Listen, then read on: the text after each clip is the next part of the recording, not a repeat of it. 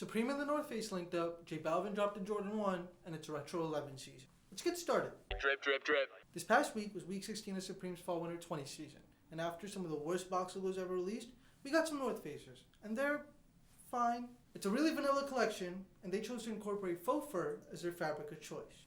Faux, of course, means fake, and fur is fur.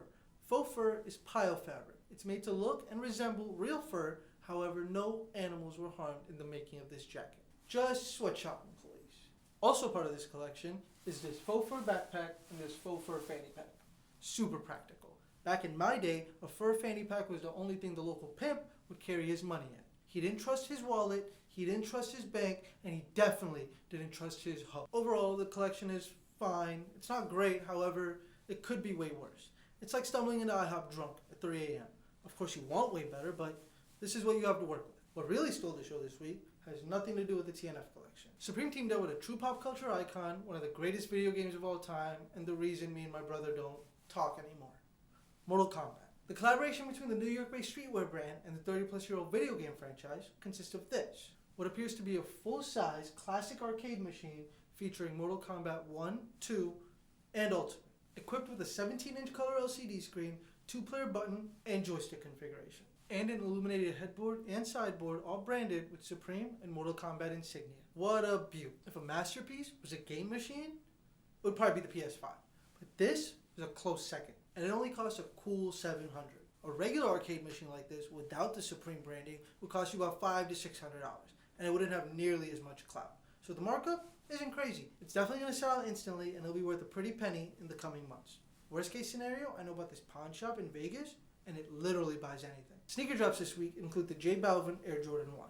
First teased toward the beginning of 2020, the loud and vibrant Air Jordan 1 made its way to retailers this past week. This is what I imagine every Jordan 1 looks like on acid. When I see a sneaker like this, I see the freedom J Balvin was given to do basically whatever he wanted. And he wanted to send these Jordans to Burning Man. Now, even though this isn't something I could pull off, I respect the creative strides that J Balvin took with the flagship silhouette. From the trippy colorway down to the sharp and curved cuts in the leather. Also dropping this week are a few regionally exclusive Yeezy Boost 380s.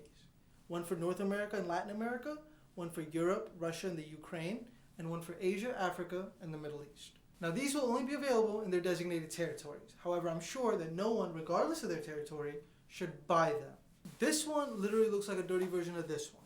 And this one looks like it should come with a box of Lysol wipes or a black Sharpie to finish the job. The last thing we're talking about this week is the Air Jordan 11. Every holiday season, my friends and family give me anxiety, depression, and credit card debt. But Jordan brand gives us the Retro 11 and credit card debt. With colorways like the Concord, Cool Gray, Bread, and Space Jam, the Jordan 11 quickly became one of the most sought-after silhouettes of all time, and police evidence on many a Saturday morning. But this year, we didn't get the retro of an OG colorway, we got a brand new one, the Jubilee. To celebrate 25 years of the Jordan 11, Jordan brand gave us 2 colorways this year, the better of which is the Jubilee. Now this sneaker is decked out black on black, and it features a metallic Jumpman on the side panel. It's no OG colorway, but it's not half bad. It's way better than what the other guy from Chicago dropped this week. Next year, however, marks 11 years since a certain Jordan 11 has retro, and this one is long overdue.